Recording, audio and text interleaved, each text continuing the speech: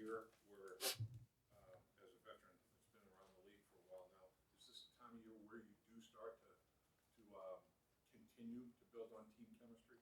Absolutely. Around this time when you're bringing in new guys, free agents, rookies, um, just new people, you can try out guys and opportunity. It's just a chance to keep building the chemistry that we already got in this locker room. And as far as just speaking for the guys, we trust the people up front to bring in the right character guys, talented people that can really help us win and elevate the organization. What was Zach's message in your first team meeting? He said that he was going to have a message about, getting over what you guys did last year to focus on this being a new year. So what did he say to you guys? Everything's still in front of us. I know a lot of people outside this city and outside this organization think last year was a fluke, but we're confident in each other, and we're just going to build off the success from last year. And like I said, with the guys that we bring in, we feel like we better ourselves and gave ourselves an even bigger opportunity this year. You smiled when you said they thought it was a fluke. Is it something that you guys, does it anger you? Does it chip on the shoulder? Do you kind of laugh at the fact that Absolutely, because people still didn't believe it throughout the whole playoff run. They were just saying we were lucky and this and that. Like, of course, you definitely get some lucky breaks. We were pretty much healthy the whole year, so that's always a blessing. But when people call it a fluke, we just smile and just take it on, and we're ready to go out there and prove it again. Do you scroll through that, see it on Twitter, Instagram? Oh yeah, absolutely. You can see it all, man. You know how it is. People are going to speak their truth whether we like it or not, and of course it gets around the locker room, but it doesn't do anything but motivate us. You were one of the great pitchmen during free agency. You were one of the great trying to sell. Yeah. How do you think you did? I ain't think not too bad. Wish we could have got a couple more guys, but I'm definitely excited about the guys we brought in, especially on the offensive side. We know everything starts with protecting nine, and we know we get him protected. Our chance to win and increase. If you were a coach or a general manager or a personnel guy, and you had to choose between two players at the same position, one guy had slightly more physical ability, talent. One guy was better on the chemistry, getting along with everybody, doing what's right in the locker room. Which way would you go? That's kind of a tough question. Because in my opinion, chemistry is most important. You want to be playing with the guys that you can trust to be in the position to make the play to help you. So personally, if I had the choice, I'll go with the chemistry guy. Physically, all you guys can do is run and lift this week. What else are you guys doing throughout the day?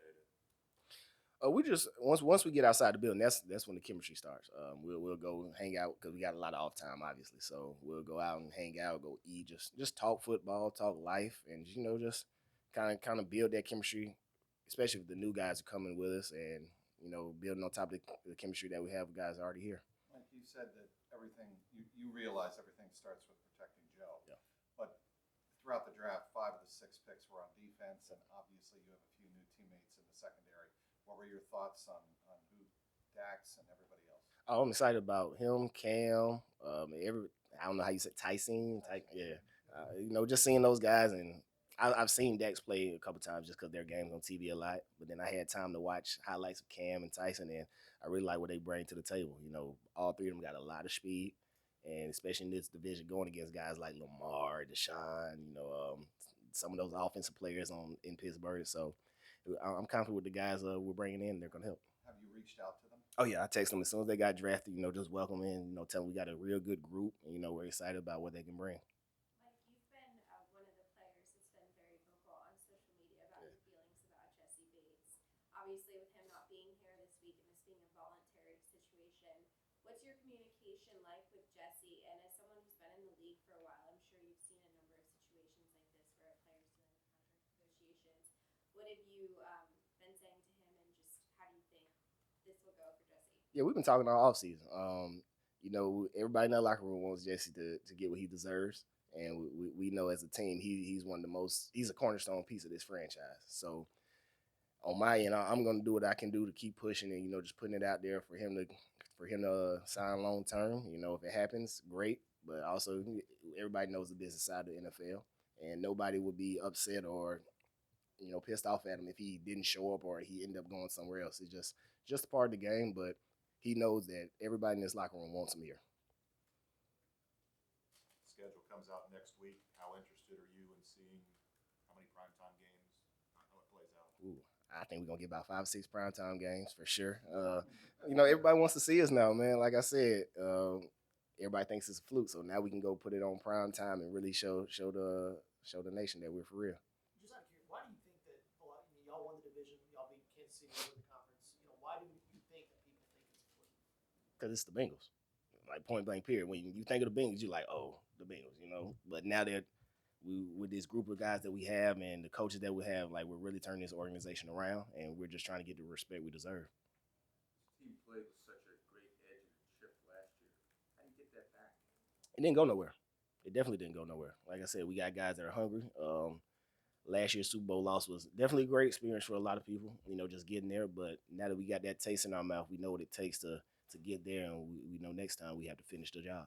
How tough was it for 2 months you had to sit around knowing you were that close?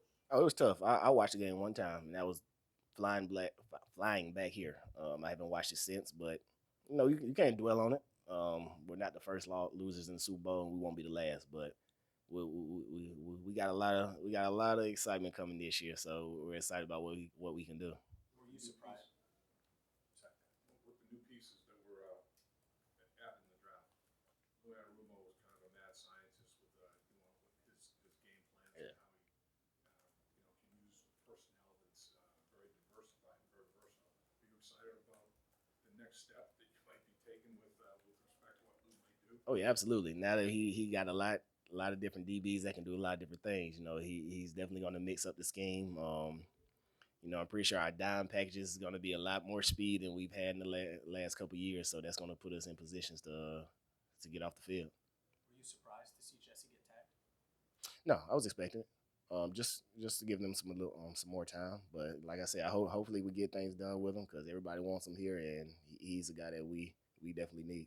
Mike, what do you think of all the money being handed out to wide receivers and the premium that's being placed on wide receivers? Oh man, you know it is. Everybody wants a star wide receiver, so you definitely gotta pay to keep one. And we got 3 on our roster, so hopefully we'll be able to keep those guys for the whole career. What did you think about the fact that everybody seemed to be coming to the AFC? Oh man, I love it. I personally love it. When I saw that Russell Wilson deal, I was like, that was actually a great pickup for them. And I just know that AFC is gonna be tough from top to bottom. So we know we gotta take care of business, and we're excited about the challenges. Mike, when you watched the game flying back, what did you come away with? What was your biggest thought after that? And do you still think about it, whatever that was? I feel like there were some possessions that we really beat ourselves. I say coming out the half after T's touchdown, we got an interception, and I think we were on the 30-yard line. And then, I think we walked away with 3. And then I want to say that next possession, they drove down the field on us, and I think we gave up 3. And it started snowballing after a while. Defensively, we weren't able to get off the field on that last drive, and we just weren't able to finish the job. But nobody's hanging their heads on it. It's over now, and we're looking forward to this season. When you look at the success you guys had on defense, from your standpoint of being able to be with the guys every day, who do you think there's a player that might be considered a little underrated that maybe we don't talk about as much that was really playing a key role in your success? Who would you say is one person maybe that we might not know about that's that important to what you guys did? And Trey Flowers. A lot of people don't really see what he does for us on defense. Knowing the tight ends that we have in this AFC, we know if we put him on them, he'll do his job and he'll take them away. And as you can see, go watch the Raiders game, the Chiefs game. Like he made it difficult for Waller and Kelsey. So he's a guy that definitely should get a lot more respect for what he does on our defense.